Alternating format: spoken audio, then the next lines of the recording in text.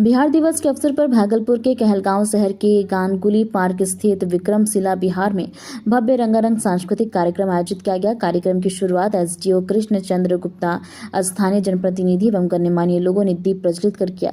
इस अवसर पर विभिन्न स्कूल के सांस्कृतिक कार्यक्रम ने लोगों का मन मोह लिया। मौके पर एसडीओ गुप्ता ने कहा कि बिहारी होना गर्व की बात है। यहाँ के आईएएस जब बिहार से बाहर जाते हैं तो उनसे जब यह सवाल पूछा जाता है कि आप कहाँ से हो, तो वह कहते हैं कि हम बिहार से हैं, तो यह जवाब मिलता है कि यह तो होना ही था।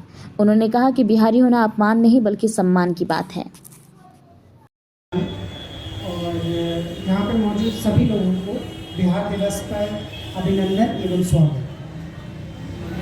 यहाँ पे मंच से कई लोगों ने ये बोला गया कि कई लोगों ने ये चीज़ बताई कि आप लोगों को कई बार बिहारी सुनने पे अपमानजनक महसूस हुआ।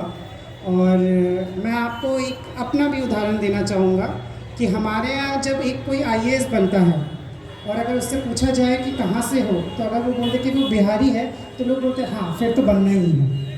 तो ये जितना अपमानजनक आप लोगों को लगता है, ये उतना ही सम्मानजनक है। यदि कोई जल्दी से मैथ्स का सॉल्व कर ले या आईआईटी में निकल जाए और उससे पूछा जाए कहाँ से हो, अब वो बोल दे कि बिहार से हैं, तो सब कहते हैं हाँ फिर तो निकलेंगे ही। तो आप लोगों की जो बिहार की जो इतिहास है, बिहार का जो गौरव है, वो उसकी बुद्धिमत्ता पे है। तो ये इसमें कोई ख़राब बात नहीं है कि, और इसमें कोई झुटलाने वाली बात नहीं है कि आप लोगों को आपकी बुद्धिमत्ता के लिए जाना गया है। उसी के साथ हमें ये भी देखना होगा कि आज हमारा ऑप्टिक्स कैसा है। बहुत सारी चीज़ें हैं, बहुत सारी चीज़ें हुई, जो बहुत सारी चीज़ें नहीं होनी चाहिए थी, लेकिन इसका मतलब ये नहीं है कि हम उस स्तर तक नहीं पहुंच सकते हैं। आप लोगों का इतिहास ऐसा रहा है, हमारे गौरवशाली, हमारे सांस्कृतिक, हमारे तीज त्यौहार, हमारी भाषाएं, हमारी जो स्किल है, मंजूषा पेंटिंग हो, मधुबनी पेंटिंग हो, ये सारी आपका गौरव रही है। ज़रूरी अब ये होता है कि कैसे हम इस देश को, इस विश्व को, इस समाज को बताएं कि हमारी क्या पहचान है। आज़ाद ने बिहार के लिए 4 शब्द कहे हैं कि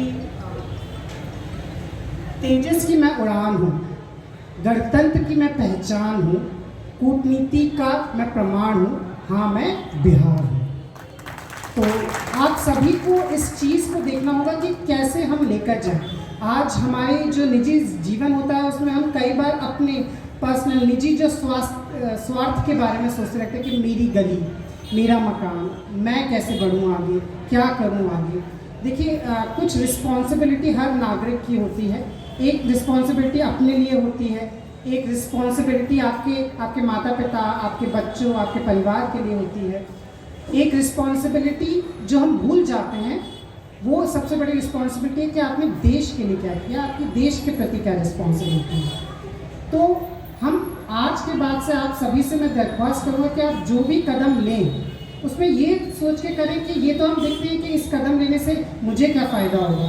कई बार हम ये भी सोच लेते हैं कि इससे मेरे परिवार का क्या फ़ायदा होगा, लेकिन अगली बात से आप ये भी सोचें कि इससे मेरे देश का क्या फ़ायदा होगा, तभी आप वो कदम लें। और जैसे ही आप ये चीज़ सोचने लगेंगे कि इससे मेरे प्रदेश का, मेरे देश का क्या फ़ायदा होगा, तो आप उस चीज़ को देख पाएंगे कि नहीं, ये चीज़ करने से मेरे देश का विकास रुकेगा, ये चीज़ करने से मेरे देश का विकास नहीं रुकेगा।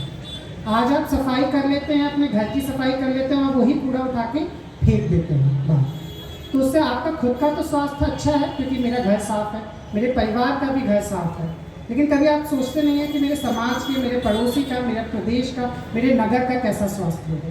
तो जहाँ पे आपने ये चीज़ सोचना स्टार्ट कर दिया कि आपकी जो जिम्मेदारी है देश के प्रति, प्रदेश के प्रति, वो आप निभा पा रहे हैं कि नहीं निभा पा रहे हैं, उससे आपके